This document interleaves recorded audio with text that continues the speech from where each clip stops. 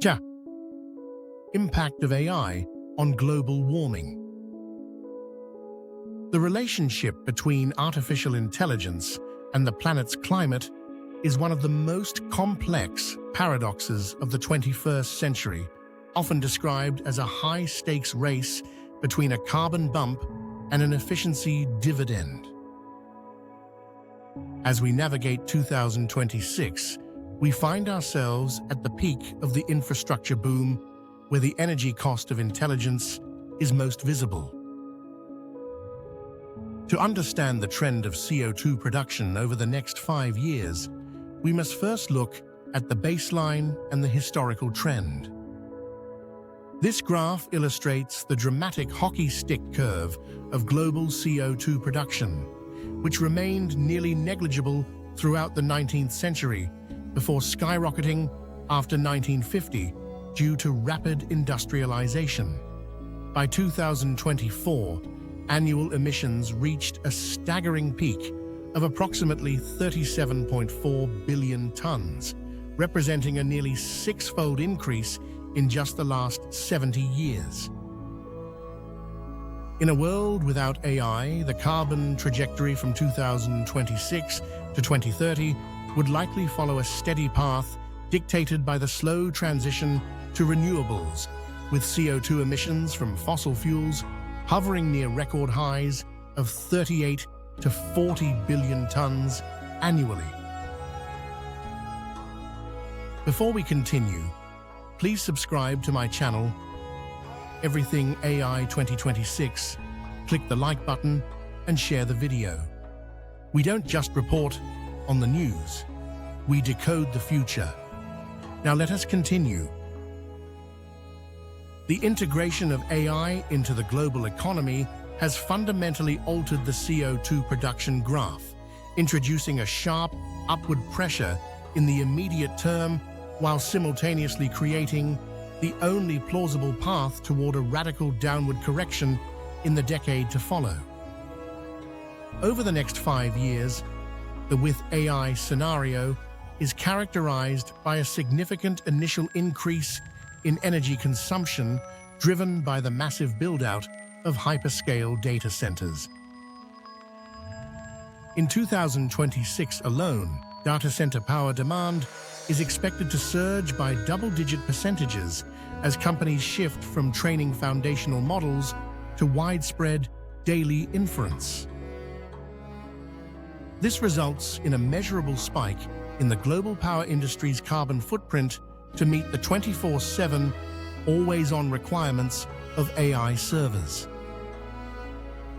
During this period, we are likely to see global CO2 emissions rise faster than they would have in a non-AI world, as the pace of data center construction currently outstrips the rate at which new solar and wind farms can be connected to the grid. This carbon bump is the price of admission for a technology that requires gigawatts of power to replace human cognitive labor. Yet this is only half the story, as the technical evolution of these models is already beginning to bend the curve through unprecedented efficiency gains. Technically, the transition from dense transformer architectures to mixture of experts models is allowing the same amount of computation to be performed at a fraction of the 2024 carbon cost. By late 2026 and heading into 2030, the AI-enabled trend begins to diverge from the traditional path. While AI increases the emissions of the tech sector, it begins to cannibalize the emissions of much larger sectors like logistics, heavy manufacturing, and the power grid itself. AI-optimized logistics routes and supply chain management are expected to reduce transport emissions by roughly 5% to 10 by 2030, an amount that dwarfs the emissions produced by the data centers themselves. In the energy sector, AI is becoming the primary tool for managing intermittency, The problem of how to run a grid on sun and wind when the weather is unpredictable. By forecasting demand and supply with 20% more accuracy, AI is enabling coal and gas plants to be retired faster than previously thought possible. The critical takeaway for the next 5 years is that while the total global CO2 output with AI may appear higher in 2026 or 2027 compared to a world without it, the rate of future reduction is much steeper.